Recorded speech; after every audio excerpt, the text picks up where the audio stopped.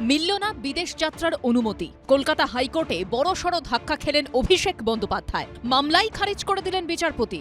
বুধবার বিচারপতি সৌগত ভট্টাচার্য বলেন, যেহেতু অভিষেক বন্দ্যোপাধ্যায়ের বিরুদ্ধে একাধিক মামলা বিচারাধীন রয়েছে, তাই বিদেশ যাত্রার অনুমতি এই মুহূর্তে দেওয়া যাবে না। সম্প্রতি চোখের চিকিৎসার জন্য বিদেশ যাওয়ার আবেদন জানিয়ে কলকাতা হাইকোর্টের দ্বারস্থ হয়েছিলেন অভিষেক বন্দ্যোপাধ্যায়। সেই সময় অভিষেক বন্দ্যোপাধ্যায়ের চোখের চিকিৎসা আপাতত এসএসকেএমে করানোর পরামর্শ দেয় আদালত। এরপরই সুপ্রিম কোর্টের দ্বারস্থ হন অভিষেক বন্দ্যোপাধ্যায়। সেই আবেদন কলকাতা হাইকোর্টে ফেরত পাঠায় সুপ্রিম কোর্ট। বুধবার কলকাতা হাইকোর্টে ছিল সেই মামলার শুনানি।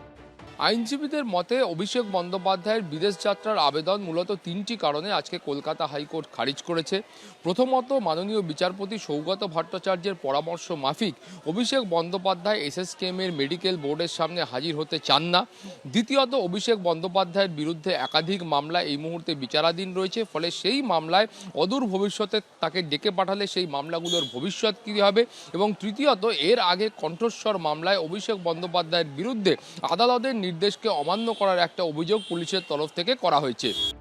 বুধবার আদালতে ভার্চুয়ালি উপস্থিত ছিলেন অভিষেক বন্দ্যোপাধ্যায়ের আইনজীবী। এদিন তিনি বলেন, আগের পর্যায়ের চিকিৎসা যেহেতু বাইরে হয়েছে, তাই এখন এখানে চিকিৎসা করাতে চাইছেন না অভিষেক বন্দ্যোপাধ্যায়। তখন বিচারপতি সৌগত ভট্টাচার্য বলেন, এই মুহূর্তে চিকিৎসাটাই সবথেকে বেশি গুরুত্বপূর্ণ। কোথায় চিকিৎসা হচ্ছে সেটা বিষয় নয়। এরপরই এসএসকেএম হাসপাতালকে বিশেষজ্ঞ চিকিৎসকদের নিয়ে একটি মেডিকেল বোর্ড গঠন করার নির্দেশ দেন বিচারপতি সৌগত ভট্টাচার্য।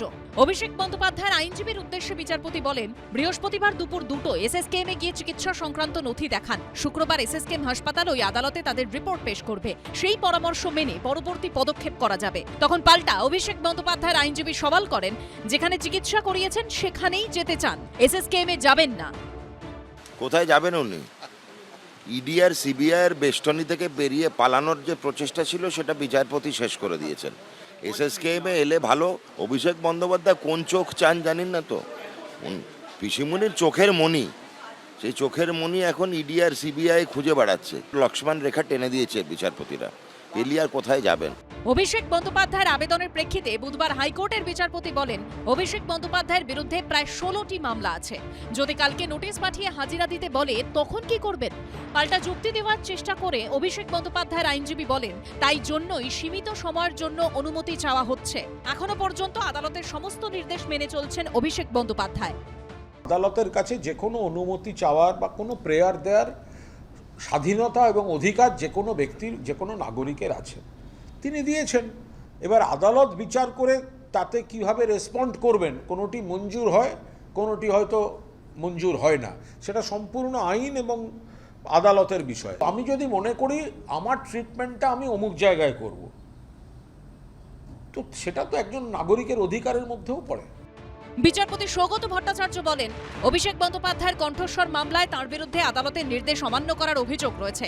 এরপরই তিনি প্রশ্ন করেন, আপনারা এখানে যে চিকিৎসকের প্রেসক্রিপশন দেখাচ্ছেন, সেখানে সংশ্লিষ্ট চিকিৎসকের রেজিস্ট্রেশন নম্বর নেই কেন?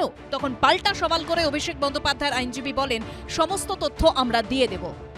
সৌভিক মজুমদার, ঝিলম করঞ্জাই ও কৃষ্ণেন্দু অধিকারীর রিপোর্ট, এবিপি আনন্দ।